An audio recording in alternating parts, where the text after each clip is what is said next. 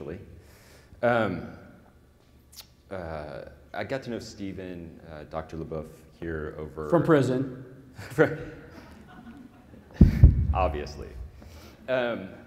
Both at Nike and in my prior life in venture capital. So I've had a chance to know him now for 6 or 7 years in a couple of different contexts, and so I'm super excited to have the chat here today. I think, Stephen, if you want to take a second to maybe introduce Valencell, just so folks have context. Oh, you bet. Valencell is an interesting company in the biometric wearable space because we are focused on R&D, and we do a lot of prototyping, we do a lot of clinical validation, but we don't make our own consumer products. We license that technology out to companies to make accurate biometric wearables. So we are a B2B company, rather than a B2C company in this area. So a lot of our licensees actually are probably even at this event right now. Great. Well, we don't have a bunch of time, so I'm just going to jump into it. I think maybe before we jump into kind of the specific obstacles in the way of kind of connecting the dots, I'd be interested, Stephen, I know we've had a bunch of chats in the past about kind of technology for technology's sake versus starting out with a clear consumer need or consumer value proposition.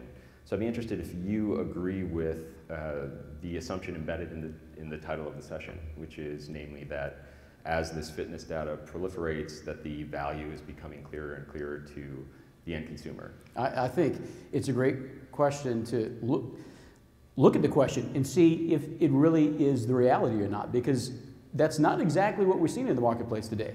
When you look at cell phone sales, which are about $1 billion a year, I believe, say pad sales, maybe a few hundred million a year, wearables are not at that level yet. Biometric wearables especially aren't yet. But you're seeing some really interesting niche categories develop. It's just we don't have everything all mapped out. You see, for example, weight loss, a niche area that's doing really well. High performance, sports and fitness has some areas doing very well.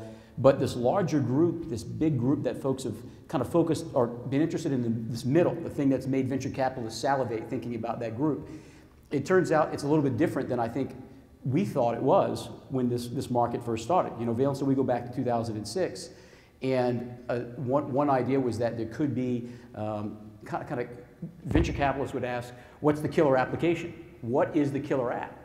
And what we're finding out now is that maybe there is no killer app, and maybe that's actually good, but it changes how we need to think about things, because it means that now the marketplace isn't about just putting some device on people and seeing the biometrics, but satisfying real interesting user needs.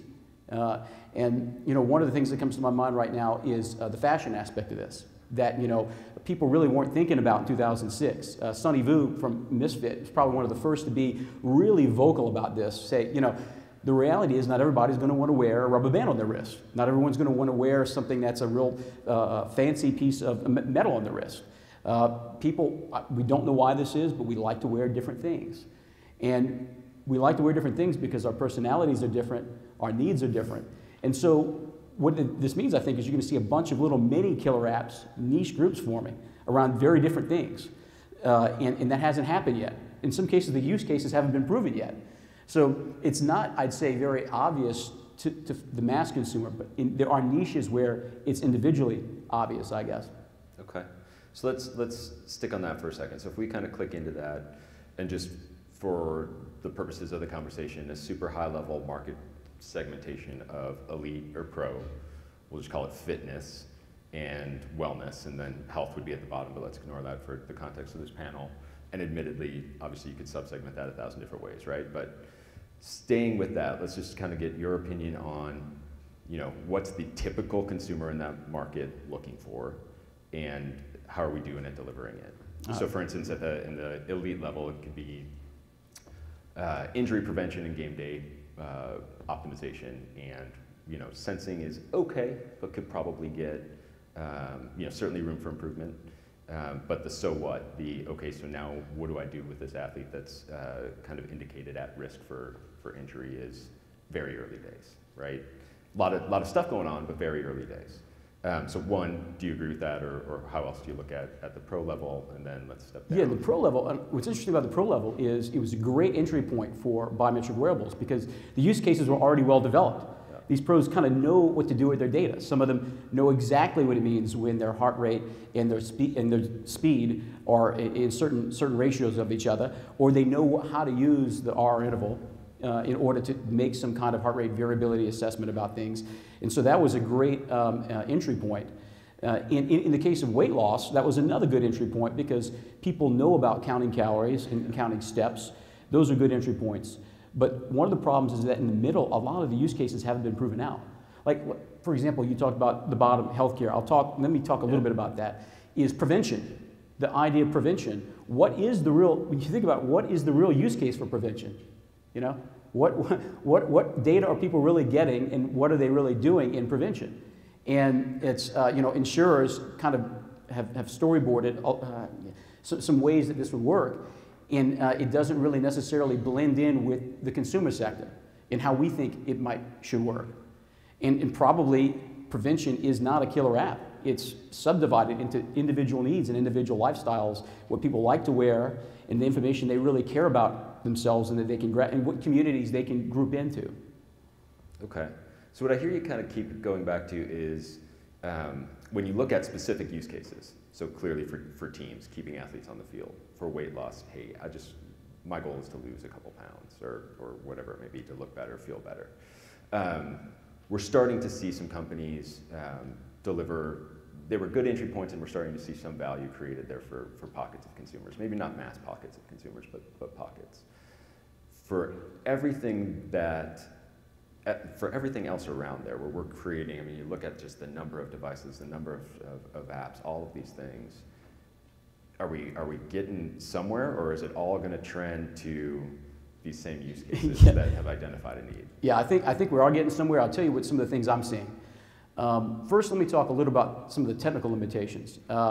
One of the things we're seeing right now, it's a big issue, is we're seeing segmentation in use case. So for example, someone may be using, for example, heart rate for a very specific exercise use case, and then someone else may be using heart rate completely different for a health use case. Heart rate variability, for example, the same basic math you use heart rate variability for in order to judge whether or not someone may be stressed, excessively stressed, or overstressed physically is the same technology that you could use to determine if someone has atrial fib or arrhythmia.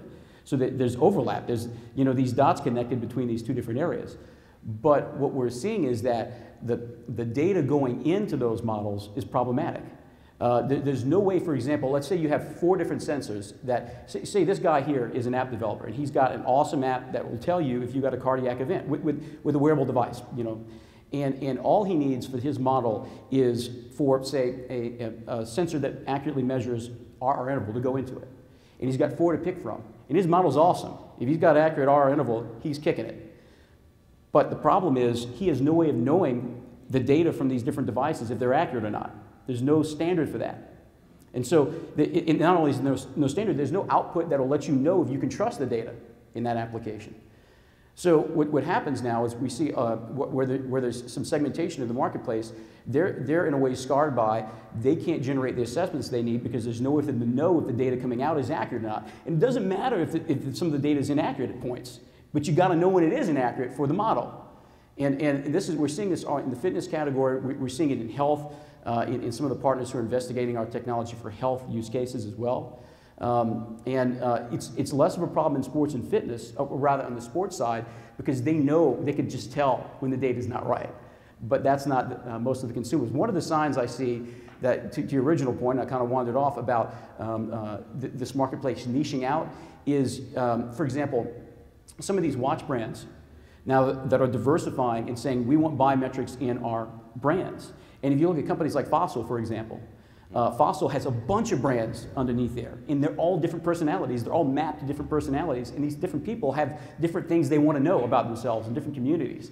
So I think now that you see some of the more traditional brands who have subsets in kind of personalities around their different sub-brands, or however you want to call it, I think you will start to see some interesting niches form with this biometric information. But you know as well as I do that requires experimentation and validation. And biology takes time. So it will be a while before you actually see these develop, but I think you will see these, what would you call them, these little nucleation sites develop around these different personas in the consumer space. And so in terms of getting to the actual title of the session, identifying these roadblocks and figuring out how we move on about them, I've heard kind of clear consumer value orientation. The value not prop, yeah, the idea, realizing there's no killer app, no killer value prop. There's a bunch of developing individual value props that are interesting and could make markets that are hundreds of millions when you add them all together, but probably not individually. Okay, so quality control around the data and giving people confidence that the inputs are good. Yeah, so that the app developers know that they're getting the right data into their models, and they don't look like fools when they give you a certain output. It means something when they deliver it out. And then point on partnering really with whether it's large brands or with kind of real world services companies, but kind of this hybrid or this collaboration between software, hardware, and whatever the go-to-market vehicle may be. Your example was Fossil. Yeah, it's one that pops in my head now. I'm sure there's many others. It's just on my head because on the way passing by to the booth, there were a lot of Misfit and Fossil signs around. But it's an example of this segmentation in the marketplace that is really interesting. And I didn't see this really start to happen until maybe about a year and a half ago, where it's very clear now that you will certainly see over the next 3 years a diversity in brands with really interesting value propositions to only certain subsets. You and I might look at it and go, why the hell would I care about that? But these people will. A personal example, for example, my aunt, she loves her fitness tracker, and she is all about maintaining her weight loss, and she has these communities around it. Weight loss isn't something that really gets me excited. I don't jump, I'm Cajun. What gets me excited is like oyster gumbo. It's not, losing weight. But what gets me excited is being Cajun, living longer with my terrible genetics. So ways that I can actually, extend that. But it depends on who people are. And different people, different styles. Okay, and so we look at that. Well, first of all, any other kind of clear obstacles that jump to mind? Well, I think one of the core obstacles in the marketplace today is that going back to the value prop, is that a lot of the value propositions in health, for example, in health it's interesting. In health, a lot of the value props are well known. Blood pressure monitors, for example. Omron's been, I think, a leader in that market for ages now, in the consumer sector anyway, and understanding, okay, checking my blood pressure, in some cases to know if I need to take medication, very well known. But the technology has lagged in the wearable side to get blood pressure there. So there's that gap, and that validation gap is going to take a lot of time. It's a little bit different, actually, in the fitness category. It's almost flipped. The technology is good enough, frankly, for a lot of use cases. Once you know that the data going in the models is good. The technology is already good enough for a lot of use cases, but a lot of the use cases haven't been worked out.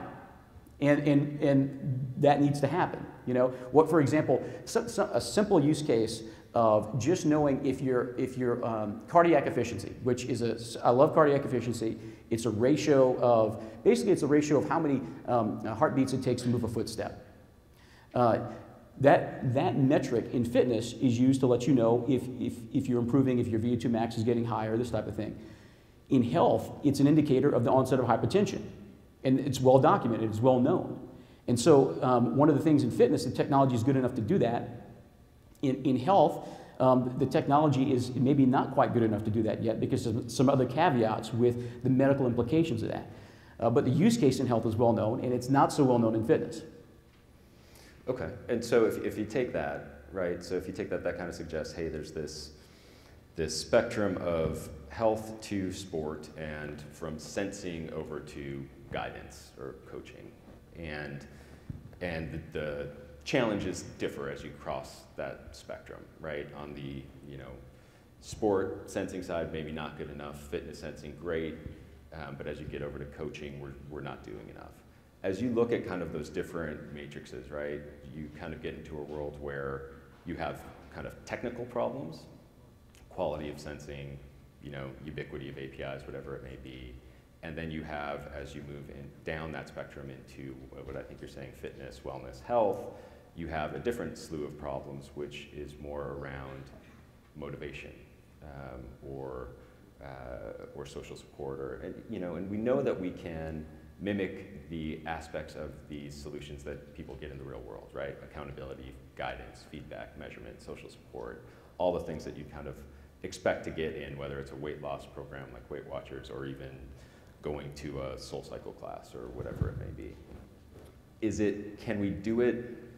Two questions on it. One, can we do it well enough through digital means to reach a large portion of the market with a digital solution, or will there always be a need to kind of have this hybrid approach? Right now, it certainly hasn't been proven that it can be done all digitally. And it's hard, it's really hard to see exactly how it's easy to see how use cases, like a fully digital use case for guidance, can be interesting for the first few weeks.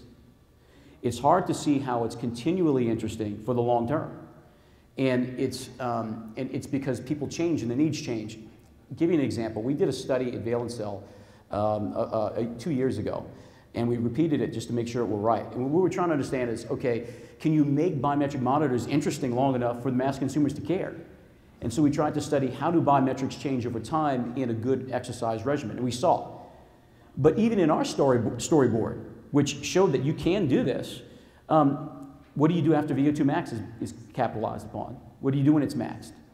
Where do you go from there?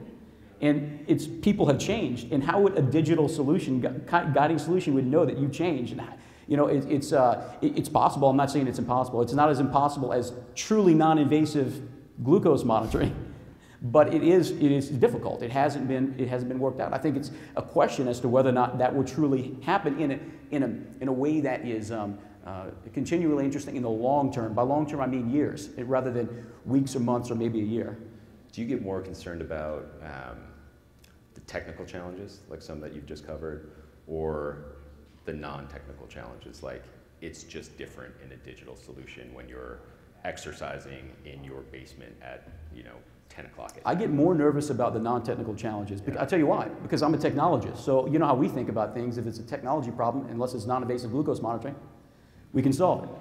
But from the standpoint, you can tell I hate hearing that stuff. But from the standpoint of the non-technical aspects, do people continually want this? Will they continually, on a long-term basis, want this? I think that's the thing that's more of a concern. That hasn't been proven yet. What's been proven now in the marketplace is interesting. It's been proven that people can make money in certain niche categories, and things sell, and people can make money. Especially in the weight loss side, and then on maybe tech, the high tech, maybe tech geek side, or whatever you want to call it, for lack of a better term. Since I'm a scientist, I guess I can say that term. But we haven't, and also in the sports and fitness, the sports side, yes. But that hasn't been proven elsewhere. Another thing that I feel has been proven now, looking at these wrist brands and them adopting now, just thinking in my mind again, Fossil acquiring Misfit, for example, adopting that technology in order to branch out into various different sub-brands, is that the market is going to reach out to more people. But what isn't certain is these use cases will be continually interesting. It's not proven yet. Okay. I hope it is, because that's my company's around that, but it's still an experiment in process, frankly. We're watching it unfold. But it's interesting, right? Because it's been an experiment in process now for not a short period of time, right? This is, in a lot of things, a decade. Valencell's been around for 7 Yeah, I had no gray hair when the company started, and now, I'm already like 2/3 past my Cajun lifespan now. So we've talked about, and you've identified some obstacles. Give us some, and a lot of them, again, not new problems, right? Consumer value proposition, market segmentation, delivering on the data analytics that we've talked about forever, right? We've always said it's not everyone in the industry. It's not about the tech or the sensing. It's about what you do with it, right? But these are the same things we've been saying for a long time. Well, yeah, I predicted in 2006 when we started the company, I predicted that in 2011. And I was completely, totally wrong about this, but I predicted in 2011 that people would be looking at their phones, looking at their health stats, and planning what they were going to do next based off it. And it's 2016 now, and that just doesn't exist. Okay, so I think we're going to do some quick questions. Maybe just one question before that. I think we've identified a lot of problems. Just give us a couple reasons to be optimistic. Well, so you talked about some of the fossil stuff, some other players kind of coming out to market.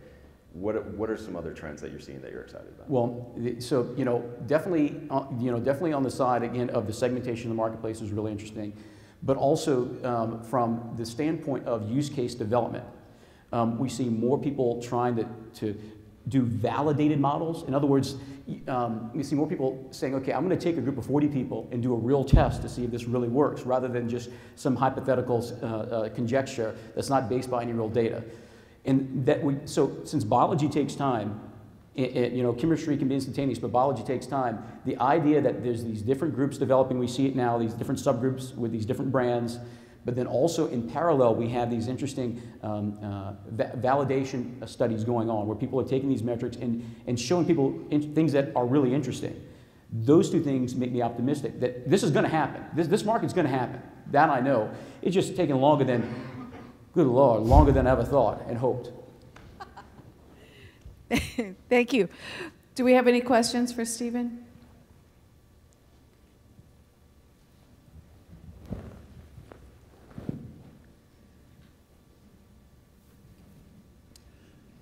So since you shared your prediction from 2011, can we get your prediction 5 years from now? Some sort of bold prediction of where wearables and fitness tech is? Well, I wish you would have asked me something like, in the year 2525, because then I could say anything. But thinking 5 years out, I got to really say something that's going to be a prediction. I mean, here's what I'd say.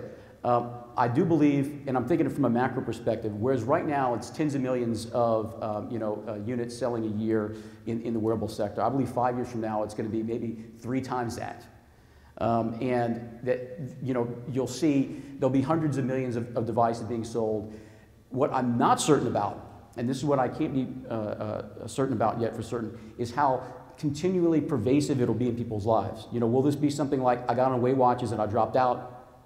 Or was this something where it's like your cell phone and you gotta have it? It's a big part of who you are. I hope it is, and my gut tells me it will be, but I can't be certain. Thank you, Dr. LeBoeuf. I have a question about, you were talking about data accuracy earlier and creating devices that allow you to collect accurate input from the get-go. My question is around how do you train the algorithm in the first place? Because even something like, let's say, a step tracker, my grandmother doesn't walk the same way I walk. I don't walk the same way as an elite athlete, or as a man, or as my 15-year-old cousin. Whose data is being used to interpret my locomotion, even at that level? You mean from the, say, aggregated data perspective when these models are being made? When those models are being made, there are certain types of people whose data is being collected and used to interpret my data. How do you make sense of this? I'm a reviewer for the NIH, so routinely I review SBIRs and proposals from the NIH, and one of the things the NIH is adamant about is that there's not enough subgroups focused on, not enough individual populations of people of certain types of physical habitus, because of exactly what you're talking about. And it goes into, by the way, it goes not into just how people walk, but you were talking about the bigger picture, of course. It goes into different health conditions people might have, different ethnicities, and how some of the models we might have for people may actually have an ethnic bias, depending on various things. I mean, so unfortunately right now, we throw all the data in because it's the best we can do. But this goes to my point about the interesting things you can do if you can find these interesting groups of folks and get them and create those really more niche, I'll say, value propositions that people can make a lot of money off of as companies, but it's not a killer app per se. It's an example of a kind of what maybe mini killer app or mini app, I don't know.